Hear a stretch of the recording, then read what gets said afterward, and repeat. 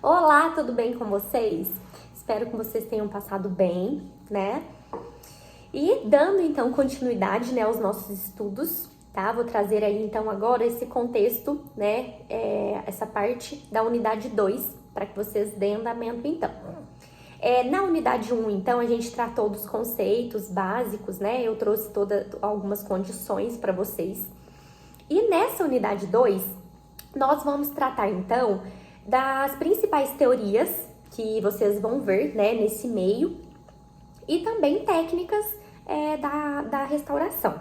Então, vocês já entenderam, né, gente, que essa parte de restauro consiste, então, na gente fazer uma reparação, da gente atuar ali de forma a conservar, a preservar essas obras, tá?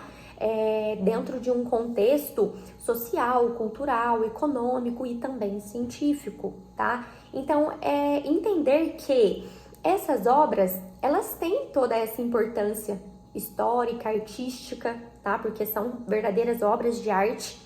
E a forma com que a gente faz essas intervenções, elas precisam então prevenir a integridade, a originalidade delas, né, de acordo com a época em que elas foram feitas.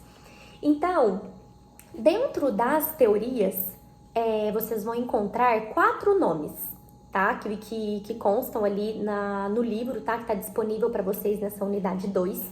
Então, a gente tem Viollet de Ledoux, ou Leduc, tá? Eu falo Leduc. Então, gente, de acordo com o Leduc, ele traz pra gente, de uma forma muito sucinta, tá, gente, que eu vou passar, mas vocês vão ter ali uma leitura um pouco mais ampla, um pouco mais profunda. Ele ficou conhecido pelas intervenções interpretativas, criativas em edifícios históricos. Então, ele acreditava na restauração como uma forma original do edifício, tá?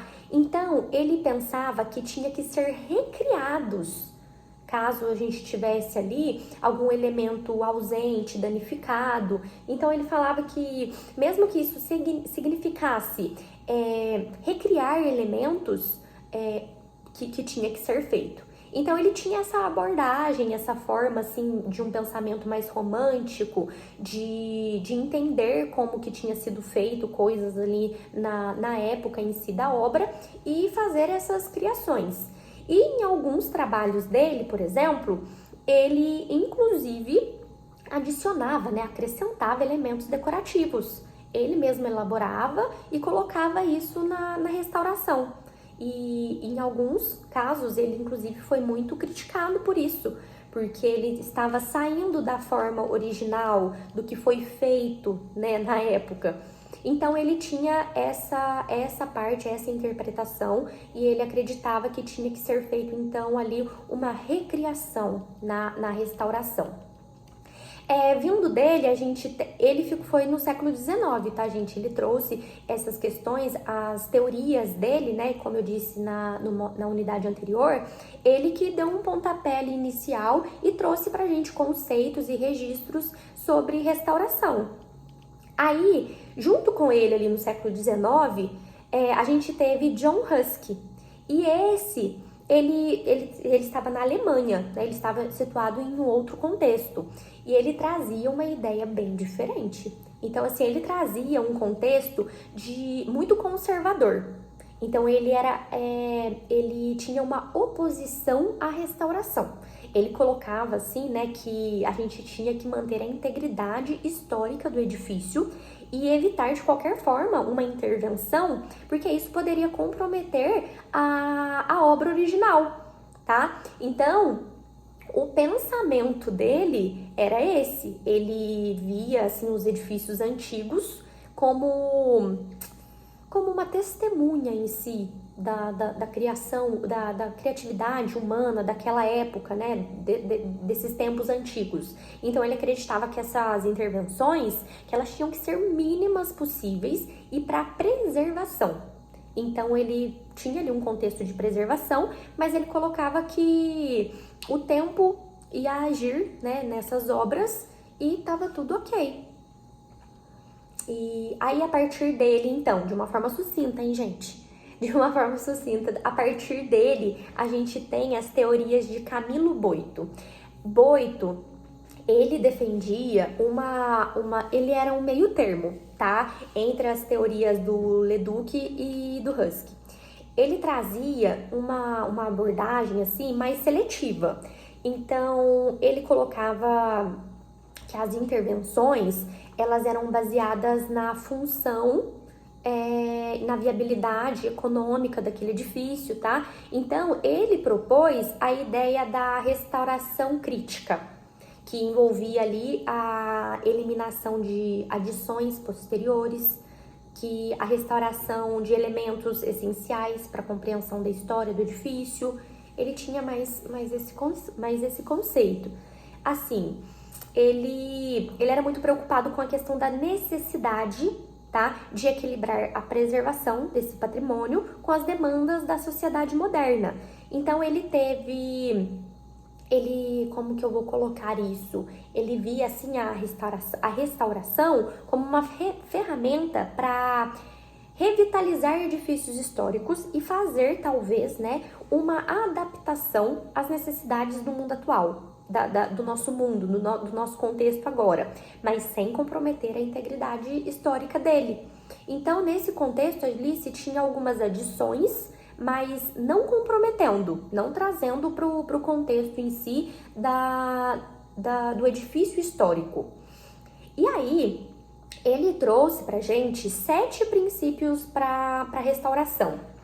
E aí, isso tem, tá, gente, nas aulas, para que vocês deem uma olhada e entendam esses 7 princípios. Então, eu vou passar, assim, rápido, vou só citar quais são, porque aí vocês vão precisar procurar certinho e entender, tem na aula, para que vocês entendam o que é cada um. Então, ele traz o valor documental, ele traz evitar acréscimos e renovações, complementar com materiais distintos, efetuar obras de consolidação mínima, respeitar as fases temporais do monumento, registrar as obras, tá? Num contexto de documentação, isso é muito importante, e colocar ali uma inscrição de restauro, tá? Colocar uma placa, mostrar quando que foram feitos esses restauros, essas intervenções. E por último, tá? Nessa questão teórica, a gente tem Cesare Brandi. O Brandi, ele desenvolveu a teoria da restauração e ele traz, né, uma importância da integridade formal da obra, tá? Então, ele propôs uma abordagem, assim, para a restauração que envolve a análise, o diagnóstico e condições de intervenções mínimas para preservar ao máximo mesmo as obras, tá? E aí, Brandi, ele via, então, esse contexto da restauração como um processo científico e técnico, mas ele também coloca ali uma questão de expressão artística, tá? A gente nunca perde essa questão artística, visto que as obras em si, elas trazem mesmo essas expressões para nós. E aí ele coloca, então, que as intervenções, né, do restaurador, elas devem ser discretas, respeitosas, tá? Buscar preservar a autenticidade ali, o que foi feito originalmente naquela época, para garantir, então, essa plenitude, essa questão de mostrar para gerações futuras como que realmente era naquela época, naquele contexto.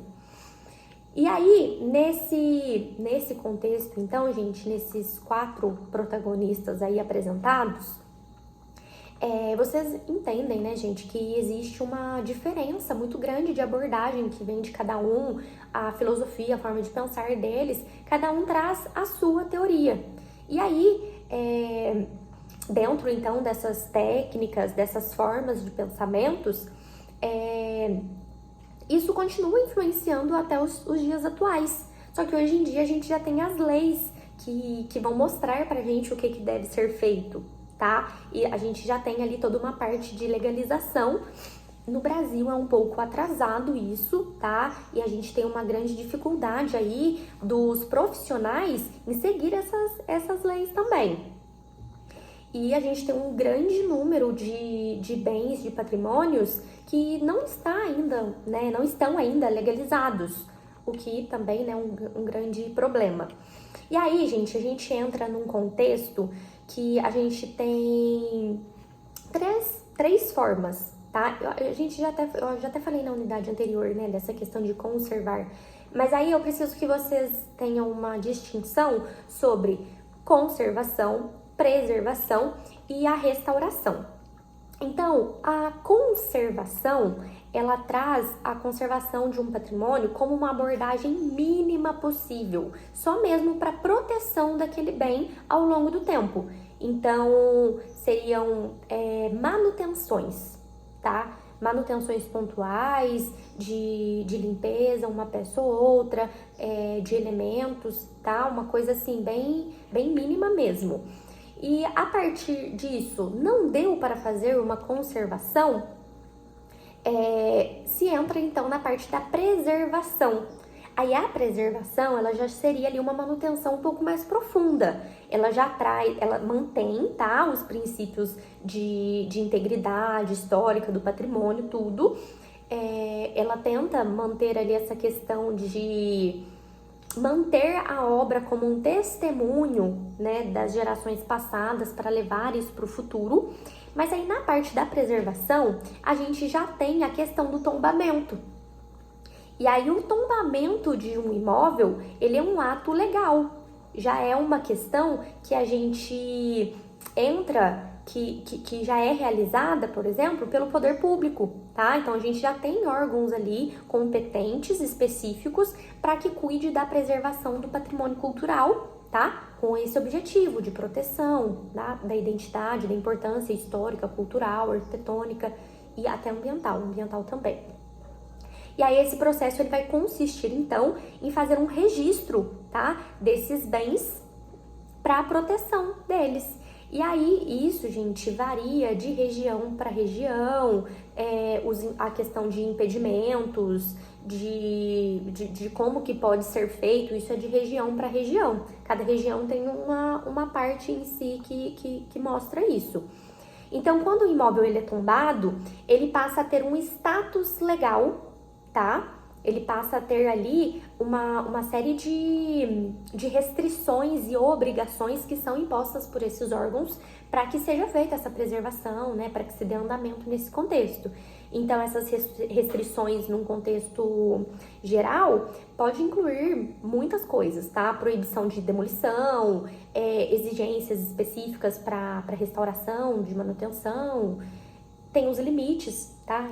Eles impõem limites para que sejam feitas essas questões, tanto na questão estrutural, estética, tá? Entre várias outras. E aí ele pode ser realizado em diferentes níveis também. Aí tudo vai depender de qual contexto que está inserido, tá? Se o tombamento, por exemplo, dele foi feito a nível municipal, estadual, nacional ou até mesmo internacional, no Brasil nós temos. E então entra todo esse contexto já dentro da preservação. E aí, gente, quando a gente trata, então, né, finalizando esse contexto, na restauração, a restauração ela é a intervenção máxima que pode ser colocada dentro, num contexto de intervenção desse bem, tá? Ela é uma escala muito maior, mas que ela visa, né, pegar ali esse bem cultural muito danificado, deteriorado, e fazer, então, né, uma readequação, né, restabelecer ele a sua aparência, a forma original, tá? Então, o objetivo em si da restauração é fazer a correção desses danos todos e voltar ele às condições mais próximo possível da original, utilizando os métodos, os materiais, de acordo com o período que foi colocado, né, ali de construção dessa obra. Então, gente, a restauração, ela é a última opção em si a ser utilizada, tá? E aí a gente deve ter ali um cuidado, né? A gente deve se preocupar com essas questões de conservação e preservação para que não se tenha necessidade de a gente chegar nesse quadro de restauro. E Brand traz isso para nós. E então, gente, nessa parte teórica a gente tem esse contexto. Opa! Deixa eu só... a bateria. Então, gente, a gente tem esse contexto nessa parte teórica. E aí, tem também, né, então, nessa unidade, a parte das técnicas de restauração. Então, para as técnicas de restauração, eu vou passar aqui também alguns nomes, tá? Alguns contextos, etapas também, tá? Para que vocês estejam cientes, mas isso também consta aí nos materiais para vocês. Então, é necessário que nós, restauradores, nós profissionais, que a gente siga orientações, tá? Para que a gente entre nesse contexto, para que a gente tenha um bom trabalho. E aí, quais são, assim, as principais etapas nesse contexto de restauração? É a gente fazer a identificação, tá? Desse imóvel, conhecer ali qual que é a história, em que contexto que ele está inserido, fazer um levantamento físico, tá? Bem preciso. A partir disso, a gente entra na realização de diagnóstico, que aí seria uma análise um pouco mais profunda, da gente entender qual que é o estado geral dessa obra. Então, a gente faz um mapeamento de danos, a gente entende quais foram as técnicas e materiais utilizados para a gente saber como corrigir as patologias, tá? Então, assim, é uma análise e identificação de patologias, de danos, tá? Entender esse contexto, mapear isso para que a gente tenha uma procedência, que a gente coloque ali técnicas que vão dar certo. E por fim, né, então, nessas etapas, a gente tem o projeto de intervenção. Que aí no projeto de intervenção já seria então ali a gente desenvolver uma proposta adequada para se fazer essas intervenções, tá? Fazer todos os projetos. Então a gente faz um estudo preliminar, faz o projeto básico, que seria o projeto ali com todas as plantas, cortes, fachadas, tá? Um projeto arquitetônico, até que a gente chegue então no projeto executivo, que gente, assim, tem que ser um projeto muito, muito, muito bem detalhado, tá? Para que a gente evite erros. Então, todo um detalhamento de materiais, todo um detalhamento, assim, minucioso, para que a gente pegue, né, entenda ali as técnicas construtivas, os materiais que eram utilizados na época da construção, para serem considerados, então, nessa restauração, tá? Nesse processo. E para que vocês entendam essa questão dos materiais, dessas técnicas, o arquiteto Leon Battista Albert, no século XV, ele trouxe pra gente, a gente tem isso também na unidade para vocês, as principais técnicas tradicionais construtivas. E aí eu vou passar aqui, eu vou citar elas, mas aí vocês vão estudar, vão correr atrás, vão entender quais são essas técnicas, tá? Que seria a cantaria, que é uma das técnicas, assim, mais antigas mesmo, técnica primitiva, tá? De construção, que seria aquela parte, assim, de moldar as rochas, as pedras e aplicar elas na construção civil.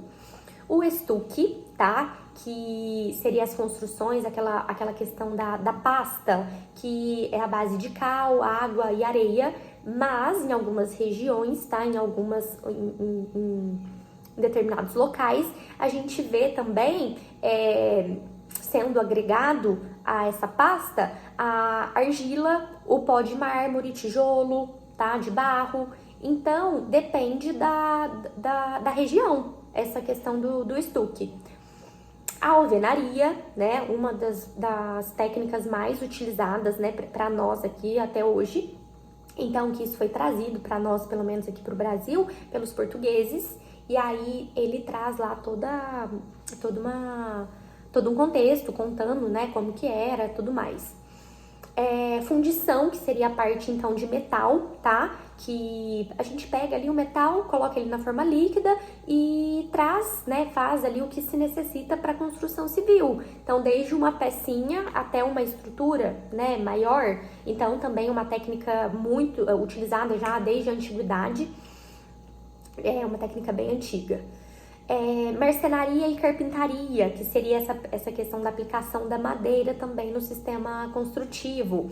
E aí, gente, entra desde uma ornamentação de esquadrias que a gente teve aqui no período colonial, por exemplo, né? Várias A gente tem regiões aqui que tinham janelas, portas, assim, muito ornamentadas com a madeira. E na parte da madeira a gente chega até a parte de construções, né, totalmente feitas de madeira. E ele coloca por último ali a pintura, que seria ou ela como um acabamento, uma finalização, tá? Para alvenaria, para madeira, ou também as questões artísticas, tá? Que a gente vê uma grande quantidade de pinturas, afrescos, tá? Ele coloca também esses. Então, esses foram, então, as principais técnicas construtivas que foram trazidas por Leon Battista Albert, e eu vou pedir para que vocês façam a leitura, entendam certinho, tá? E os principais, gente, materiais utilizados para esses projetos de intervenção em um patrimônio arquitetônico é a madeira, a pedra, os metais, cerâmicas, pinturas, tá? E isso também consta lá. O livro vai trazer todos esses materiais para vocês. E para finalizar, né? Então, gente, mais uma vez, cabe a nós profissionais, tá? No processo de fazer esse levantamento, de entender essas técnicas, utilizar isso corretamente, né? Estudar qual é a técnica, qual é o material que foi utilizado, entender a questão das patologias, saber como resolvê-las, né, corretamente, para que a gente tenha uma intervenção trazendo o mais próximo do original, né, dessa obra, dessa construção, né, para que a gente seja mais assertivo, tenha menos erro, menos intervenções possível, né, nessas obras aí, trazendo o contexto geral, que seria essa questão da gente tentar manter a originalidade.